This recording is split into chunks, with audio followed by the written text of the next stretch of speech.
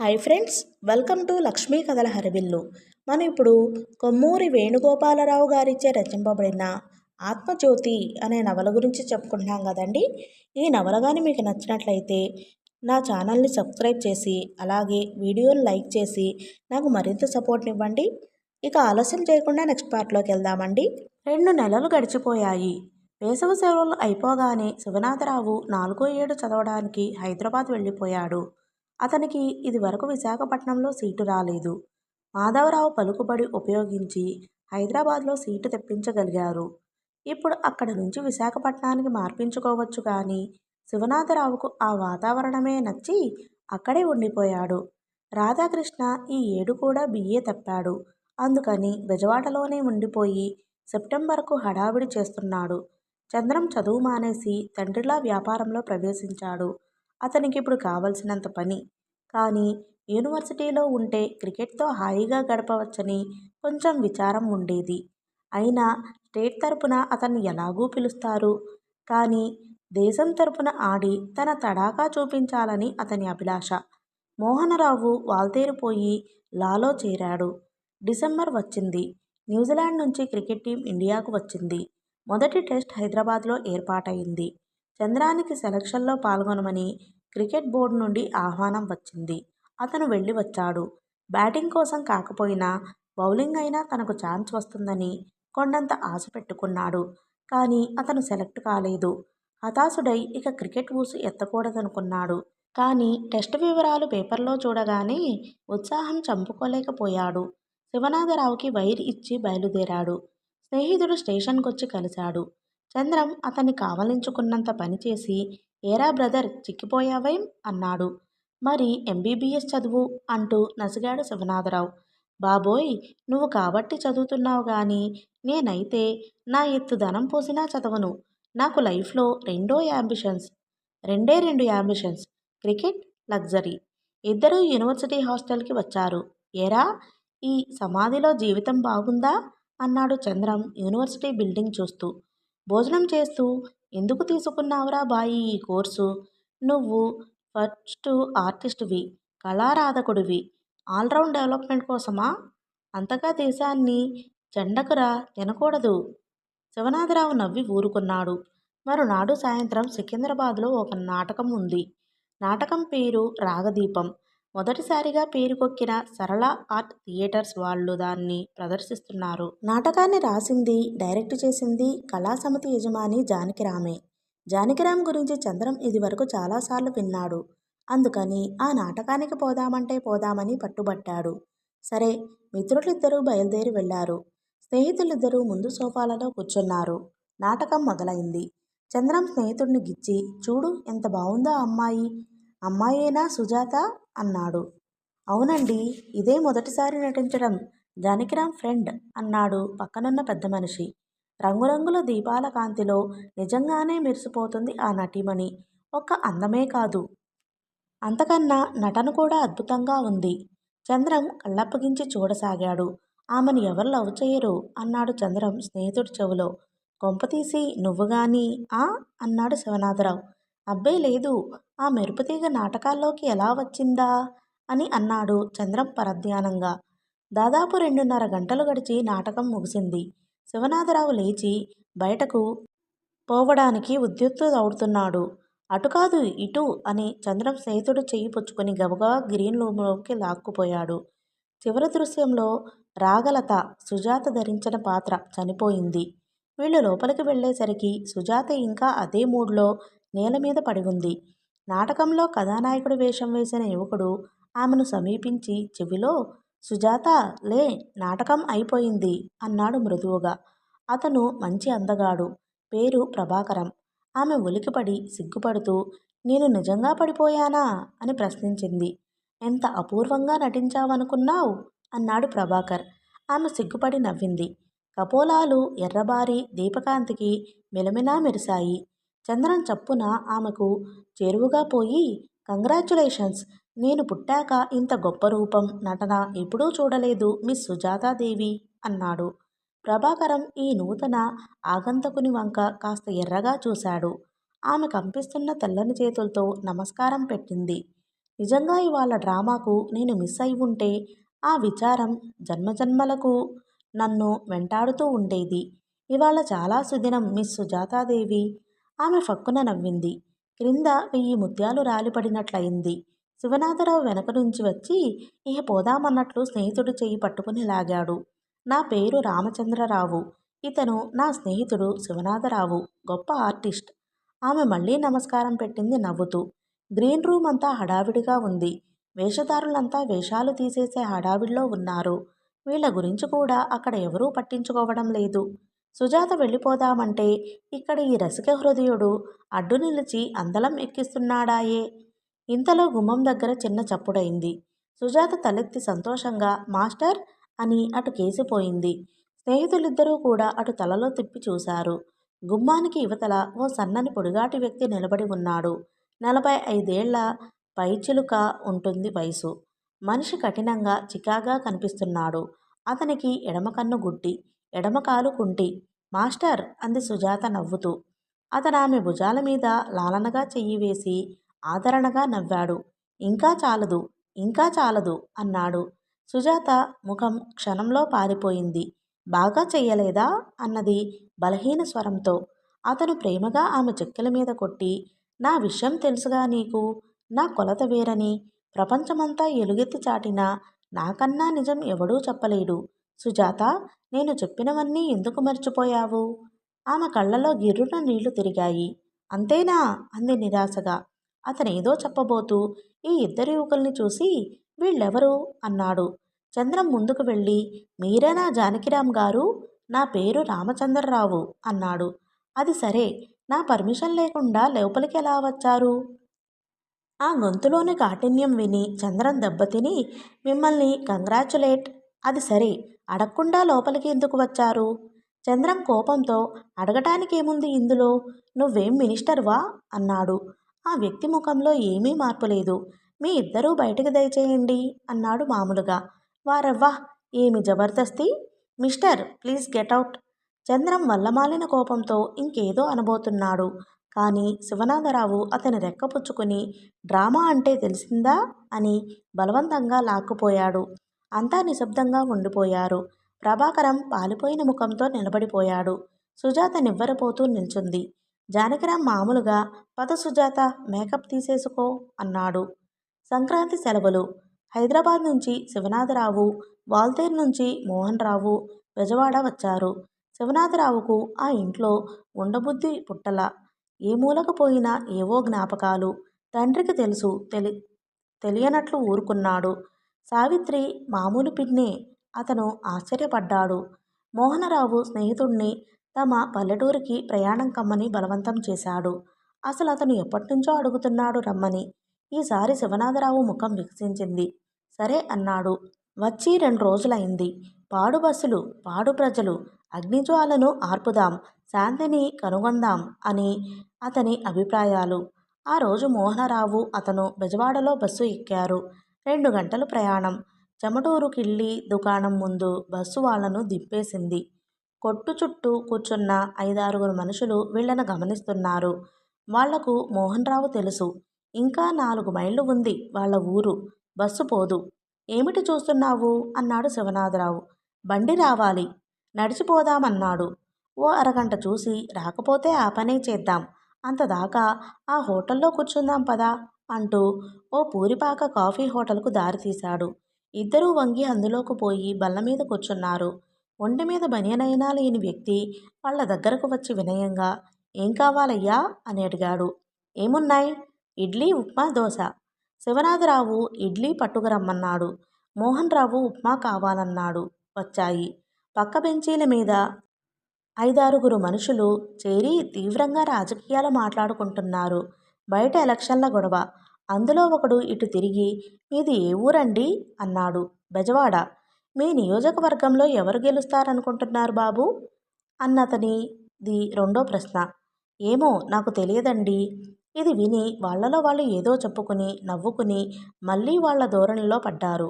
దాదాపు ఓ అరగంట ఎదురు చూశాక బండి వచ్చింది. మోహన్ రావు బయటకు వచ్చి, ఏరా ఇంత ఆలస్యం చేశావు, నా ఉత్తరం అందలా అన్నాడు. అందింది దొరా, మన ఎద్దుల్ని మున్సబుగారు భీమవరప్పాడు తోలుకెళ్లారు. ఊరంతా తిరిగితే గాని ఎక్కడా దొరకలా. చివరికి సిద్ధయ్య గారి ఎద్దులు తోలుకొచ్చినా అన్నాడు. ఎక్కరా అన్నాడు మోహన్ రావు. శివనాథరావుకైతే నడవాలని ఉంది. కానీ అట్టే ఒత్తిడి చేయలేదు. అతనితో పాటు బండిలో ఎక్కి కూర్చున్నాడు. బండి త్రోవన పడి నడవసాగింది. బండివాడికి ఎడ్లు కొత్త అవటం వల్ల కాబోలు కొంచెం మారాం చేస్తున్నాయి. శివనాథరావు చుట్టూ కలయి చూశాడు. నీరెండ కాస్తోంది.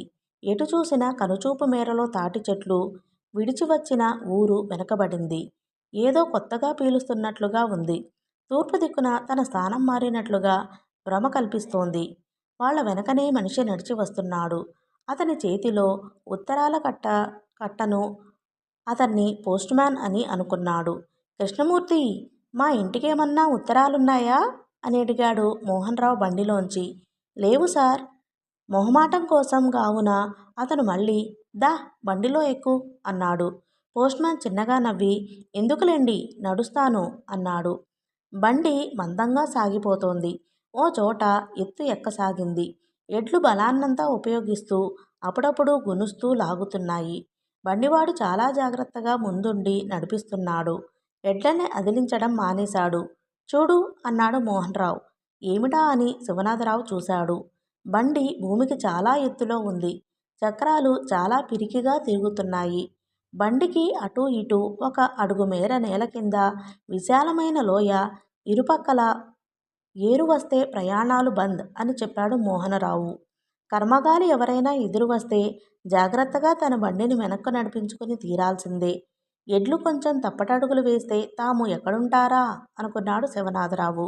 ఒకడు 18 అంతస్తుల మేడ మీద పిట్టగోడ మీద చెక్కను పరిచి దానిమీద నాట్యం చేశాడు. మరొకడు విమానం తోకను తన చుట్టూ బిగించి అవలీలగా గాలిలో ఎగిరిపోయాడు. అవన్నీ అపాయాలు. కానీ అందులోనే ఆనందం ఉంది. వంతెన దిగి బండి క్రిందకు వచ్చేసింది. హమ్మయ్యా అనుకుని ఊపిరి తేలిగ్గా పీల్చాడు శివనాథరావు. ఊరు చేరేసరికి 10:30 దాటింది. అంతా క్రొత్త. చాలా పెద్ద పెంకుటిల్లు. వాళ్ళు వస్తారని ముందే తెలియడం చేత ఆ ఇంట్లో పిల్లలు బయట నిలబడి నవ్వుతూ చూస్తున్నారు.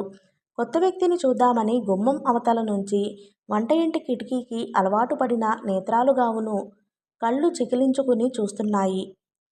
శివనాథరావుకు సిగ్గుతో చచ్చిన చావయింది. ఈ కొత్త చోటుకు ఎందుకు వచ్చానా అని విచారించాడు క్షణంసేపు. వచ్చేదాకా ఉన్న ఉబలాటం ఇప్పుడు లేదు. స్నేహితుడితో మెల్లిగా లోపలకు అడుగుపెట్టాడు. మోహనరావు తన రెండో అన్నగారిని పెద్ద బావగారిని పరిచయం చేశాడు. పొట్టి పొట్టి గుమ్మాలు. లోపలికి పోతుంటే పొడగాటి శివనాథరావు తల రంగును కట్టుకుని కళ్ళనీళ్ళ పర్యంతం అయింది. మీరు కొంచెం వంగి నడవాలి, పల్లెటూరు కొంపలు అన్నాడు మోహన్ అన్నగారు నవ్వుతూ. ఈ వాతావరణం ప్రారంభంలో ఉన్నంత నిరుత్సాహంగా తర్వాత లేదు. తనలో కూడా నూతన పరిసరాలకు ఇమిడిపోయే సహనం ఉందే అనుకుని విస్మయం చెందాడు. మధ్యాహ్నం చాలాసేపు అంతా కబుర్లలో పడ్డారు. పక్కింట్లో కాపురం ఉంటున్న కరణంగారు కూడా వచ్చారు. మిమ్మల్ని ఎక్కడో చూసినట్లుగా ఉంది అన్నాడు శివనాథరావుతో. చూసే ఉంటారు అన్నాడతను కొంచెం చిరాగ్గా. మీ పేరు కూడా ఎక్కడో విన్నట్లుంది. వినే ఉంటారు. ఎక్కడే ఉంటుందంటారు? మా ఊళ్ళో అయి ఉంటుంది, బెజవాడ. కానీ ఈ మధ్య నేనెప్పుడూ అక్కడికి రాలేదే. వచ్చి ఉండరు. అయితే మిమ్మల్ని ఎలా చూశాను? చూసి ఉండరు. ఈ ధోరణికి కొంచెం చిన్నబుచ్చుకుని ఓ క్షణం గడిచాక ఆయన ఊళ్ళో పాములెక్కువండోయ్ అన్నాడు ఉత్సాహంగా. శివనాథరావు విని విన్నట్లు ఊరుకున్నాడు. అదో పెద్ద విషయం కానట్లుగా. ఆ సాయంత్రం చల్లబడ్డాక స్నేహితులిద్దరూ షికారుకు బయలుదేరారు. నీకు ఏరు చూపిస్తానురా అన్నాడు మోహన్. 4 ఫర్లాంగులు నడిచి ఏరు చేరుకున్నారు. తప్పు చేసి తలవంచుకున్న అమ్మాయిలా నీళ్లు పొగరణిగి అడుగున ఎత్తు కూడా లేని రాళ్లకు సైతం ఒదిగి ఒదిగి మందగమనంతో పారుతున్నాయి. శివనాథరావుకు గమ్యస్థానం చేరుకున్నానంత అనుభూతి చేరుకుంది. ప్రకృతి కాముడే అన్నమాట. ఇన్నాళ్ళు నిద్రాణమై ఉన్న అభిరుచులు నిరామయ అవస్థకి దాటి ఒక విషాదకరమైన మేలుగొలుపు గీతం పాడి జాగృతి కలిగించాయి. అతను పొరపడటం లేదు కదా? లేదు.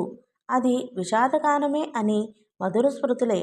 నీళ్లలో దిగి పైజామా తడవకుండా కొంచెం కాళ్ళు ఎత్తి తడిసిన పాదాన్ని చూసుకున్నాడు. సంధ్యాకాంతికి నీటి బిందువులు అతని పాదం జలజలా మెరుస్తుంది. స్మృతి పదంలో ఓ సంఘటన మెరిసి హృదయపు చిలిపి మువ్వల్ని సుతారంగా మోగించింది. ఇంటర్ చదువుతున్న రోజుల్లో ఓ వర్షం కురుస్తున్న సాయంత్రం ప్యాంటు మోకాళ్ల కింద వరకు నిర్లక్ష్యంగా మడిచి మోహనరావుతో కూడా కాలేజీ దగ్గర బస్సు ఎక్కాడు. బస్ అంతా కిటకిటలాడుతోంది. కొన్ని కొన్ని సీట్లలో అవసరానికి మారుపేరైన నాగరికత ప్రబలింది. ఉన్నట్లుండి మోహన్ మోచేతితో పొడిచి ఏదో చూడమన్నట్లు సంజ్ఞలు చేశాడు. ప్రక్క సీట్లో కూర్చున్న ఓ కాటుక కళ్ళ ఊర్వశి తన పాదాలకేసి తదేకంగా చూస్తోంది. నిజానికి ఆమె అందానికి పట్టపగ్గాలు లేవు. ఏమిట్రా అన్నాడు మోహన్తో మెల్లిగా. నీ పాదాలు చూస్తోందిరా అన్నాడతను రహస్యంగా. అయితే అన్నాడు తను నిజమేనని ఒప్పుకుంటూ. నిన్ను ప్రేమించిందిరా అన్నాడు. అదేమిటి? అదంతే. ఇవాళ నీ పాదాలు అమోఘంగా ఉన్నాయి. గట్టిగా మాట్లాడితే అతనితో వాదానికి దిగవలసి వస్తుందని నిశ్శబ్దంగా ఊరుకున్నాడు. సెంటర్లో ఇద్దరూ దిగుతూ ఉంటే అదిగో అన్నాడు మోహన్ ఆతృతగా. అతను పాదాలతో పాటు ఆమె చూపులు కదులుతూ వెనువెంటనే వస్తున్నాయి. బస్సు దిగాక మోహన్తో అన్నాడు కోపంగా. ఏమిట్రా నీ మొహం? ఎవరైనా పాదాలు చూసి అతని మాటలు పూర్తి కాకముందే అడ్డుకొని, అది కాదురా, నీ ముఖం కన్నా పాదాలే బాగున్నాయప్పుడు అన్నాడతను దృఢంగా. చిందిన చిరునవ్వును 5-6 కనురెప్పపాట్లు మాత్రం అనుభవించి శివనాథరావు నీళ్లలోంచి బయటకు వచ్చాడు. ఏటికి అవతల వైపున ఎడమ పక్కగా బ్రహ్మాండమైన మామిడి తోట కనిపిస్తోంది. దూరంగా కొండల దొంతరలు వింత రంగుల్లో దృగ్గోచరమవుతున్నాయి సూర్యాస్తమయానికి. ఆ పైన అదంతా అడవట. అందులో చాలా భాగం తమదే అని చెప్పాడు మోహనరావు. ఆ అడవిలోకి పోయి ఒంటరిగా జీవించాలని అనిపించింది శివనాథరావుకు. ఏరు ఎంతవరకు కనిపిస్తోందోనని చూశాడు. కొన్ని మైళ్ళ నిడివి గల ఒక పెద్ద సర్పం మన్ను తిని బద్ధకంగా పాకుతున్నట్లుగా ఉంది. 100 మంది సుందరీమణులు పకపకా నవ్వినట్లుగా సూర్యరశ్మికి మధ్య మధ్య ధవళ కాంతులు. ఇలాంటి ఏకాంత స్థలంలో కూర్చుని వయలిన్ వాయించుకోవాలి. మనుషులు కాని వారు వింటారు. ఈ ఇసుకలో పడుకొని కూనిరాగాలు తీసుకోవాలి. అదే ఆత్మానందానికి అంతిమ స్థాయి. ఏమిటి ఆలోచిస్తున్నావు? మోహనరావు అడిగాడు సందేహాస్పదంగా. ఏమీ లేదు అని ఇసుకలో కూర్చున్నాడు. పిచుకగూళ్ళు కడదామనిపించింది. కానీ ఇసుక తడిగా లేదు. శ్రమ ఫలించలేదు. నిన్నో ప్రశ్న అడిగేదా అంటూ ప్రారంభించాడు మోహన్. అడిగేయ్. కొన్ని రోజుల క్రితం మీ ఇంటికి మీ బంధువులమ్మాయి వచ్చింది. బావుంటుంది కదూ? అది కాదు. మీ ఇద్దరూ ఏమిటి? ఏమీ లేకపోలేదు. అయోమయంగా చూశాడు. నన్ను క్షమించరా. నేను ఇప్పుడు మూడ్స్లో లేకపోవడం ఒక్కటే నీకు జవాబు చెప్పకపోవడానికి కారణం కాదు అన్నాడు శివనాథరావు విరామం తీసుకుని. ఊహించగలను. సరే ఊహించు. అతను మాట మారుస్తూ మా ఊరు బాగుందా? చాలా బాగుంది. మోహనరావు జేబులోంచి సిగరెట్ పెట్టె తీశాడు. వెలిగించుకుని ఇదో దురభ్యాసం అయిపోయిందిరా అంటూ నిప్పుపుల్ల ఇసుకలో పాతిపెట్టాడు. నాకో సిగరెట్ ఇవ్వరా మోహన్? ఏం చేస్తావు? తాగే వాళ్ళంతా ఏం చేస్తారో అదే. వద్దురా, అసలే నీ ఆరోగ్యం మంచిది కాదు అని అతడు వారించబోయాడు. లాభం లేదు, ఇవ్వాల్సిందే. అతని నిశ్చయం చూసి ఇవ్వక తప్పలా. 3-4 అగ్గిపుల్లలు తగలేశాడు. అంటించుకోవడం చేతకాల. మోహన్ నవ్వి దగ్గరగా వంగి తనే అంటించి పెట్టాడు. శివనాథరావు గట్టిగా పీల్చాడు. పొగ లోపలికి పోయి ఉక్కిరి బిక్కిరి అయింది. కళ్ళలోకి నీళ్లు వచ్చినాయి. అసహ్యంగా సిగరెట్ నీళ్లలోకి విసిరేశాడు. మోహన్ రావు ఏమీ మాట్లాడలేదు. శివనాథరావు కిందకు జారి ఇసుకలో పడుకున్నాడు. మోహన్ అన్నాడు. చూశాడు. నీవెవరినైనా ప్రేమించావురా? అతను సిగ్గుతో పోరా అన్నాడు. చెప్పరా? మోహన్ తల వంచుకుని ఏదో ఆలోచిస్తున్నాడు. హఠాత్తుగా తలెత్తి అలా జరిగిందిరా అన్నాడు. ఎలా? నువ్వన్నట్లు చెప్పు. ఆ అమ్మాయి పేరు ఉష. నాకు ఇష్టమైన పేరు. మా క్లాస్మేట్ వాల్తేరులో. గుడ్. నేను హాస్టల్లో ఉండట్లేదని తెలుసుగా. ఊళ్ళోనే ఓ మేడ మీద రూమ్లో ఉంటున్నాను. 100 గజాల దూరంలోనే ఆమె ఇల్లు. తను ఓ ముసలమ్మ ఉంటున్నారు ఆ ఇంట్లో. వాళ్ళ ఇంటి చుట్టూ చిన్న ప్రహరీ గోడ ఉంది. ఆ ప్రహరీ గోడను ఆనుకుని ఓ వేప చెట్టు ఉంది.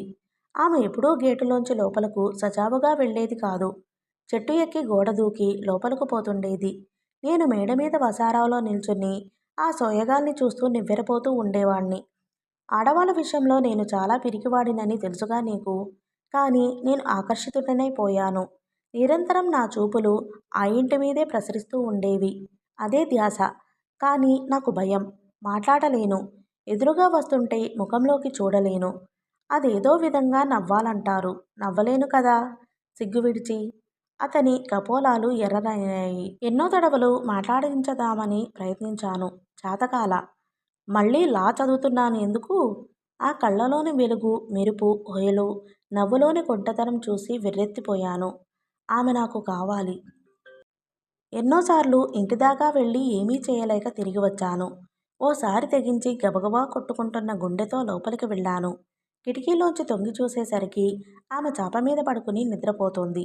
వణుకుతో గొంతుతో ఉషా అని పిలిచాను. నా పిలుపు ఆమెకు అందలేదు. మరోసారి పిలుద్దామంటే నా గొంతు నాకు స్వాధీనం కాలేదు. భగ్న హృదయంతో తిరిగి వచ్చేశాను. ఇహ ముఖాముఖి మాట్లాడలేనని తెలుసుకున్నాను. ఏమీ తోచక ధైర్యం చేసి ఓ ఉత్తరం రాశాను. అది చాలా పెద్ద లేఖ. ఏమి రాశానో తెలీదు. నాకు భాష వచ్చని కూడా తెలీదు. పోస్ట్ చేశాను. చేశాక కాలేజీకి వెళ్ళలేకపోయాను. ఉష కనిపిస్తుందేమోనని భయం.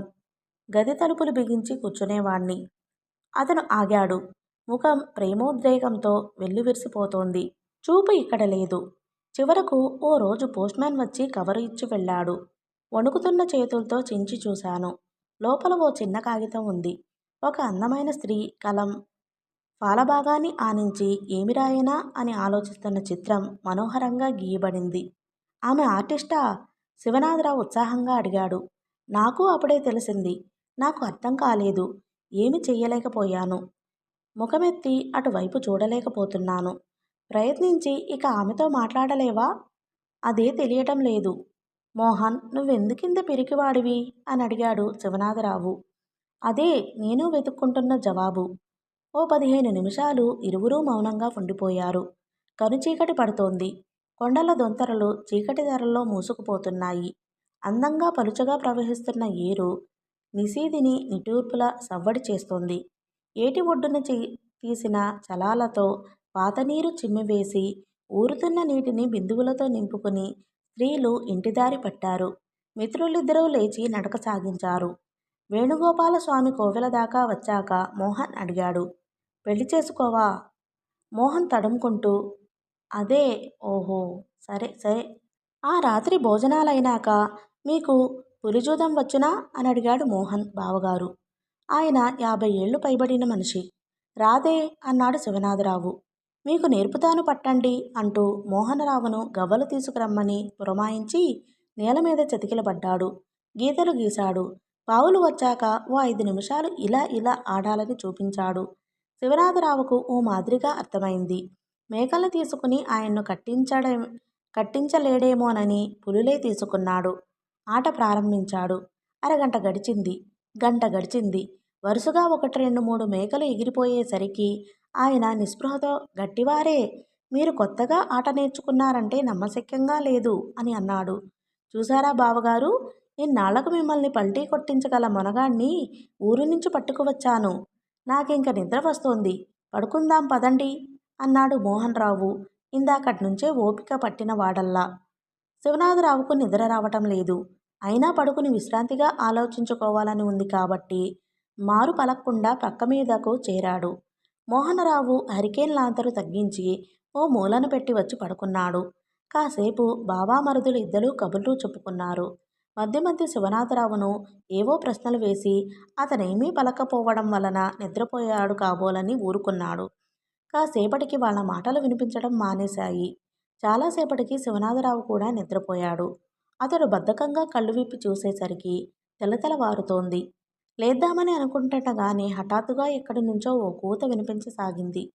అది అంతవరకు హెచ్చు స్థాయిలో పడి నిర్విరామంగా వినిపించసాగింది. అతనికి అర్థం కాక చిత్రంగా అటూ ఇటూ చూడసాగాడు. ఈ ఊరిలో సైరన్ ఎక్కడిది? అప్పుడు నిద్రలేచిన మోహన్ ఇతని ఆశ్చర్యం కనిపెట్టి నవ్వుతూ అన్నాడు. ఇంతలో ఆ ధ్వని ఆగిపోయింది. మూడో మంచం మీద ముసుగులోంచి తలకాయ బయటకు పెట్టి మోహన్ బావగారు సిగ్నల్ అందుకున్నారా అన్నాడు గంభీరంగా. ఇంకా తయారు కాలేదు అన్నాడు మోహన్ మామూలుగా. ఏమిటి అని శివనాథరావు అడిగాడు ఉత్కంఠగా. కాఫీ. బావగారు కాఫీ కోసం ఈ సిగ్నల్ ఇస్తారు. శివనాథరావు నవ్వుకుని బయటకు వచ్చాడు. ఆ రోజు కూడా సరదాగా గడిచిపోయింది. స్నానాలు చేసి ఊరు నలుమూలలా తిరుగుదామని ఇద్దరూ బయలుదేరారు. ఎక్కువ భాగం పాకలే. మోహనరావుకి, మరో 5-6 బ్రాహ్మణులకి, కొంతమంది వెల వెలమవాళ్ళకి తప్ప పెంకుటిల్లు లేవు. నిరుడు ఎంబీబీఎస్ పూర్తి చేసి వచ్చి గ్రామీణ సేవకే తన జీవితం అంకిత చేయదలిచిన డాక్టర్ గారి ఆసుపత్రి బాగుంది. తనకు కూడా ప్రాక్టీస్ ఓ పల్లెటూరులో పెట్టాలనుకున్నాడు శివనాథరావు. మునసబు గారి తమ్ముడు సూరయ్య, గుళ్ళో చిన్న పూజారి ఆచార్యులు గారు, మరో 2 యువక రైతులు మోహనరావు స్నేహితులు. వీళ్ళంతా కలిసి ఓ చిన్న లైబ్రరీ నడిపిస్తున్నారు. స్నేహితుడిని గుళ్ళోనే ఉన్న ఆ రీడింగ్ రూమ్కి తీసుకువెళ్ళి వాళ్లను పరిచయం చేశాడు మోహనరావు. దూరంగా వీధిపడి పిల్లలు చేసే అల్లరి లీలగా వినిపిస్తోంది. ఎలక్ట్రిసిటీ త్వరలో వస్తే బాగుండునన్నాడు సూరయ్య. శివనాథరావుకు రాకపోతే బావుండుననిపించింది. పల్లెలు కూడా బస్తీలైపోతే తన బోటి జీవికి ఒకంత శాంతి ఇచ్చే జాగా ఏది? ఇద్దరూ అక్కడి నుంచి బయలుదేరారు. మోహన్ వాళ్ళ పొలాల దగ్గరకు వెళ్ళారు. అతని రెండో అన్నగారు దగ్గరుండి కోత జరిపిస్తున్నాడు. ఆడవాళ్లంతా కొడవలి వేస్తూ ముక్తకంఠంతో ఏదో పాట పాడుతున్నారు. ఈ కొత్త వ్యక్తిని చూసినప్పుడు ఆపేశారు. సిగ్గుతోనూ చిరునవ్వుతోనూ శివనాథరావుని ఒకరికొకరు చూపించుకుంటూ ఏదో గుసగుసలాడుకుంటున్నారు. మోహన్, పాడమనరా, వాళ్ళని విందామని ఉంది అన్నాడు శివనాథరావు. రామయ్య అన్నాడు మోహన్. ఆపేశారేం, పాడమను అన్నాడు వచ్చిన వ్యక్తితో. ఆ వ్యక్తి వాళ్ళ దగ్గరకు వెళ్ళి ఏదో అడిగి వచ్చి, పాడరట దొరా, సిగ్గుపడుతున్నారు అన్నాడు. ఇంటికి తిరిగి వస్తూ మామూలు దారిన కాక మాలపల్లి మీదుగా తిరిగి వచ్చారు. 10-10:30 అవుతుంది. ఓ 20-23 వయసులో తెల్లగా మెరిసిపోతున్న స్త్రీ అక్కడొక పాక దగ్గర నిలబడి దూరంగా ఉన్న కొండలకేసి చూస్తోంది. ఎవరో వస్తున్న అరిగిడి విని వీళ్లను చూసి మరు క్షణంలో పాకలోనికి మెరుపుతీగలా అదృశ్యమైంది. ఆమె మాలవనిత అన్నాడు శివనాథరావు ఆశ్చర్యంగా. కాదు, బ్రాహ్మణ పిల్ల. అయితే అదేమిటి? మోహన్ సిగరెట్ వెలిగించి భుజాలెగరవేశాడు. దానికో విషాదగాథ ఉంది. ఆనిక్కి చెబుతాను. కాదు, ఇప్పుడు చెప్పాల్సిందే. నీకు మరీ ఆత్రంరా, విను. 7 ఏళ్ల క్రితం ఆమె మా పక్క వీధిలోనే నివసిస్తూ ఉండేది. తల్లి తండ్రి అన్నా ఉన్నారు. 14 ఏళ్ల వయసులోనే ఒకడికిచ్చి పెళ్లి చేశారు. పెళ్ళైన 6 నెలలకే వాడు కాస్త క్షయ ఏదో వచ్చి చచ్చిపోయాడు. ఈ అమ్మాయి పుట్టింటికే వచ్చి ఉంటుంది. వీరడనే మాలవాడొకడు వాళ్ళ ఇంట్లో పనిచేస్తూ ఉండేవాడు. ఓసారి తల్లి తండ్రి ఏదో ఊరికి పోయారు. అన్నేమో పొలానికి పోయాడు. ఈ అమ్మాయి ఇంట్లో ఒంటరిగా ఉంది. మధ్యాహ్నం సమయం. ఈ వీరడు యువకుడేలే. మెల్లగా ఆ మాట ఈ మాట చెబుతూ దగ్గరకు చేరాడు. అమ్మగారు అంటూ ఆమె వ్యక్తిగత జీవితాన్ని గురించి ఏదో జాలి ఉన్నట్లు ప్రశ్నలు వేయసాగాడు. పాపం, ఎట్లా ఉంటున్నారో, మిమ్మల్ని చూస్తే జాలేస్తోంది. ఆ దేవుడికి చేతులెట్టా వచ్చినయ్యో, మీకు మాత్రం కోరికలుండవా అంటూ సానుభూతి చూపిస్తూ అమాంతంగా తన చేతుల్లోకి తీసుకున్నాడు. ఆ పిల్ల తెల్లబోయింది, అదిరిపోయింది, అసహించుకుంది, బ్రతిమలాడింది, ఏడ్చింది, సిగ్గు విడిచి అరవబోయింది. కాని వాడు అరవనివ్వలేదు, లొంగిపోయింది. ఈ విషయం ఎవరికీ తెలియకుండా ఉంటే ఏం జరిగేదో తెలియదు. పక్కింటి వాళ్ళు పసిగట్టారు. ఊరంతా చాటారు. అన్నకు తల కొట్టేసినట్టుగా ఓండ్ర పెట్టాడు. ఆ వీరన్ని పిలిపించి అడిగారు. వాడంతా ఒప్పుకున్నాడు. ఆ అమ్మాయిని ఇంట్లోంచి వెళ్ళగొట్టారు. సరాసరి వెళ్ళి బావిలో పడబోయింది. ఇంతలో వీరడొచ్చి ఆమె కాళ్లమీద పడి ఆమె జీవితాన్ని అంతం చేసుకోవద్దని, తనతో వచ్చి ఉండమని బ్రతిమలాడాడు. ఆమె మొదట చీ అనుకుంది, నిర్ఘాంతపోయింది. తరువాత ఏం ఆలోచించుకుందో ఏమో, ఈ లోకం మీద కసి తీర్చుకోవాలనుకుందో ఏమో, వీరడితో మాలగూడేనికి వెళ్ళిపోయింది. వాడితో అక్కడే జీవితాన్ని వెళ్ళబోస్తోంది. శివనాథరావు కన్నులు చెమర్చాయి. ఇది ప్రేమగాథ కాదు, విధి రక్తపు వికృత చర్య. పోనీ సుఖపడుతోందా అన్నాడు మెల్లగా. సుఖం ఎక్కడుంది శివ? ఆ వీరడికి అంతకు మునిపే ఓ భార్య ఉంది. ఆమె ఈమెను ఎప్పుడూ కాల్చుకు తింటూ ఉంటుంది. ఆమె సుఖాన్ని ఆశించి అక్కడకు పోయి ఉండదు. అందుకని ఆశాభంగం అంతగా ఉండదు. శివనాథరావు నిట్టూర్పు విడిచి ఇల్లు సమీపించాడు. ఆ మధ్యాహ్నం అతను మోహన్, అతని బావగారు, చిన్నన్నగారు చేరి సావిట్లో పేకాడుతున్నారు. ఇంతలో లోపల నుంచి ఆడవాళ్లు పాము పాము అని అరిచారు. మగవాళ్లంతా హడావిడిగా లోపలకు పరిగెత్తారు. ఆదుర్దాలో ఉబలాటంలో అది కొత్త చోటు అని మరచి శివనాథరావు కూడా వాళ్ళ వెంట వంటింటి పెరట్లోకి పరిగెత్తాడు. స్పష్టంగా కనిపించింది గోధుమ వన్నె త్రాచు. చాలా పొడవుగా పొగరుగా ఉంది. వాళ్ళంతా అలా చూస్తుండగానే ఇటుకల మీద నుంచి మహావేగంతో జరజరమని పాకుకుంటూ పక్క ఇంటికి సరిహద్దుగా ఉన్న సగం పడిపోయిన గోడలో ఓ కన్నం ఉంటే అందులో దూరింది. ఆడవాళ్ళు పిల్లల్ని గట్టిగా పట్టి ఉంచుతున్నారు, ముందుకు పోనీయకుండా. వాళ్ళు వారిస్తున్నా వినకుండా మోహన్ బావగారు పక్కనే ఉన్న బావిగట్టు మీద కూర్చుని ఎక్కడైనా కనిపిస్తుందేమోనని చూపులతో గాలిస్తున్నాడు. మోహన్ బాగా దూరంగా నిలబడి లోపలికి పొండి అని పిల్లల్ని ఆడవాళ్ళని గదమాయిస్తున్నాడు. శివనాథరావుకు చాలా ఉత్సాహంగా ఉంది. పామును వాడి బుట్టలో కాకుండా స్వేచ్ఛగా తిరుగుతున్న ఓ పామును ఇదే మొదటిసారి అతను చూడటం. ముందుకు ఓ అడుగు వేయబోతుంటే మోహన్ కాలరు పట్టి బలంగా గుంజాడు. ఎవరో పాములవాడిని పిలిపించుకురావడానికి పోయారు. ఇరుగు పొరుగు వాళ్ళు చాలామంది గుమిగూడారు. పాములు రావడం అలవాటే అయినా ఎప్పటికప్పుడు ఈ ఉత్సాహం వాళ్లకు ఉంటూనే ఉంది. అది ఇంకా ఇక్కడే ఉండదని, దొంగదారి గుండా వెళ్ళిపోయి ఉంటుందని ఒకరిద్దరు అన్నారు. శివనాథరావు మెల్లగా జరిగి మోహన్ బావగారి దగ్గరకు చేరాడు. పాములవాడు వచ్చాడు. కూడా ఓ ఆడది కూడా ఉంది. ఎవరో గుణపం అందించారు. పాములవాడు గోడ తవ్వటం మొదలుపెట్టాడు. శివనాథరావు ఏదో క్షణంలో అది రివ్వున బయటకు ఎగిరి పడుతుందని చూడసాగాడు. పాములవాడు ఓ నిమిషం త్రవ్వటం ఆపి పరిశీలనగా చూసి లోపల ఉంది అని అరిచాడు. చాలా భాగం తవ్వటం అయిపోయి కన్నం తగ్గిపోతోంది. అయినా సర్పం లోపలకు ఇంకా ముడుచుకుపోతుంది. అది బయటకు ఎంత భయంకరంగా ఉందో. అతని ఆలోచన పూర్తి కాకముందే సర్రున నాగు బయటకొచ్చేసింది. శివనాథరావు ఆవేశంతో లేచి నిల్చున్నాడు. అందరూ భయంతో 2 అడుగులు వెనక్కు వేశారు. పాములవాడు తొణకలేదు, మెనగలేదు. ఒడుపు కోసం కాబోలు ఆలోచిస్తూ ఓ క్షణం నిలబడ్డాడు. ఈలోగా అది ఇటుకల రాశి మీద నుంచి జారిపోతోంది.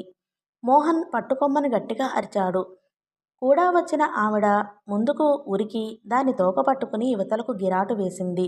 పడగ విప్పి బొసగొట్టదేం అనుకుంటున్నాడు శివనాథరావు. పాము నేలమీద పడి చుట్టూ మనుషులను చూసి బెదిరి దారితోచక అక్కడున్న తులసి చెట్టుకు చుట్టుకుంది. పాములవాడు ఎటూ పోనీయకుండా దాన్ని పట్టుకుని లాగాడు. కింద పడ్డ కదల్లేక కదిలింది. మోహన్ చంపేయ్ అని అరిచాడు. పాములవాడు కత్తి ఎత్తి మెడమీద కొంచెం ఇట్లా అన్నాడు నేర్పుగా. కదల్లేక కొట్టుమిట్టాడుతోంది. తరువాత మెడమీద జాగ్రత్తగా కర్ర ఆనించి చేత్తో పామును పట్టుకున్నాడు.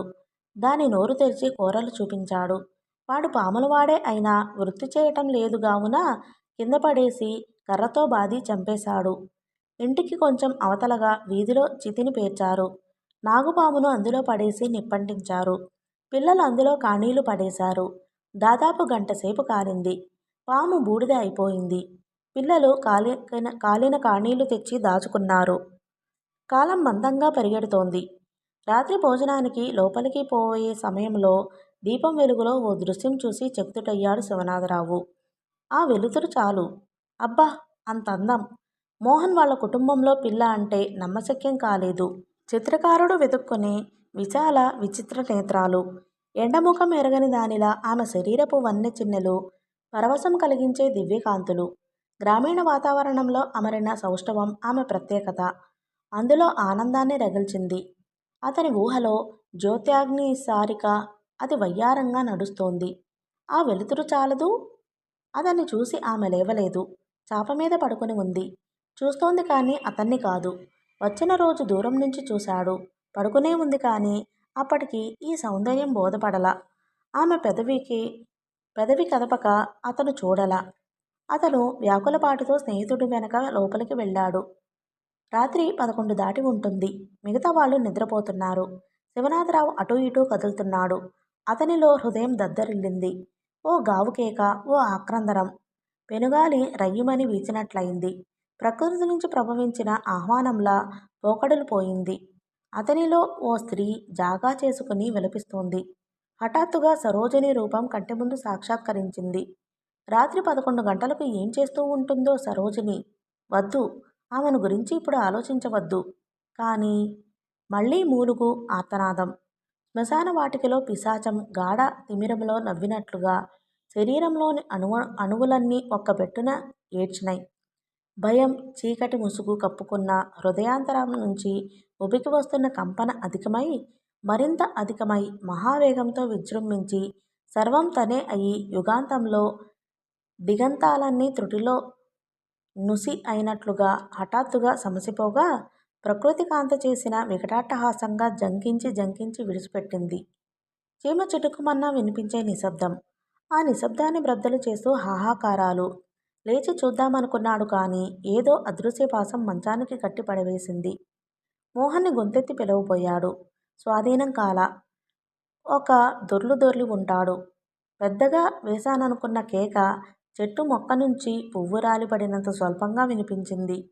భుజం మీద ఒక మెత్తని చెయ్యి పడింది. జడుచుకున్నావా? అన్నాడు మోహన్ గొంతు. మోహన్ వెళ్ళి దీపం పెద్దది చేశాడు. ఇంత జరిగినా అతని బావగారు నిద్రలేవలేదు. లోపల నుంచి ఓ స్త్రీ గొంతు ఎవరినో సముదాయిస్తున్నట్లుగా వినిపిస్తోంది. మోహన్ దగ్గరకు వచ్చాడు. బయటకు వస్తావా? అన్నాడు. శివనాథరావు మెల్లగా లేచి నిలబడ్డాడు. ఇద్దరూ బయటకు పోయి అరుగుమీద కూర్చున్నారు. ఏం చేశాను? అన్నాడు శివనాథరావు తడారిపోయిన గొంతుకతో. మోహన్ జవాబు చెప్పకుండా సిగరెట్ వెలిగించుకున్నాడు. మా చెల్లెలు అన్నాడు కొంచెం ఆగి.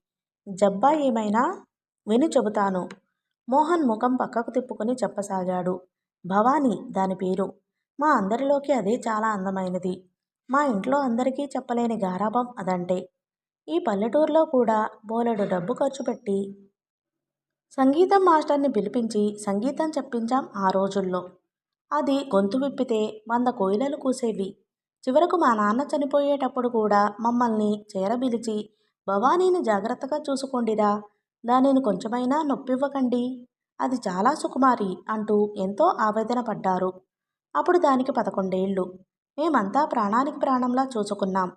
ఓ ఏడాది గడిచాక ఏం జరిగిందంటే, మోహన్ గంటం అపశృతులతో వణుకుతుంది. అది వేసవికాలం. గాలి కోసం మేమంతా ఆరుబయటే పడుకున్నాం. అది ఇక్కడే ఈ అరుగు మీదే పడుకుంది. అర్ధరాత్రి దాటి ఉంటుంది. ఒక్క గావుకేక వినపడి మేమంతా త్రుళ్ళిపడి లేచాం. చీకటి. నేను పక్కనే పెట్టుకున్న టార్చ్ వెలిగించి చూశాను. భవానీ నేలమీద పడి కాళ్ళు చేతులు కొట్టుకుంటూ వణికిపోతోంది. అసలా రూపం వేరు. అంతే. అప్పట్నుంచి బాహ్యస్మృతి కోల్పోయింది. ఎంతోమంది డాక్టర్లకు చూపించాం. వేలకు వేలు ఖర్చు పెట్టాం. అనేక ఊర్లు తీసుకుపోయాం. ఎవరూ నయం చేయలేకపోయారు. మనతో మాట్లాడదు. చెబితే అర్థం చేసుకోదు. వేరే ప్రపంచంలో నివసిస్తుంది. దాని అందం దాన్ని కాపాడలేదు. రాత్రిళ్ళు అప్పుడప్పుడు అరుస్తుంది. ఆర్తనాదాలు చేస్తుంది. నరక యాతన పడుతుంది. ఇహ ఎప్పుడూ ఇంతేనా? కాదు. అదేం? అది ఇంకా ఎన్నో రోజులు బ్రతకదు. ఓకే ఫ్రెండ్స్, ఈ పార్ట్ని ఇంతటితో ముగిస్తున్నానండి.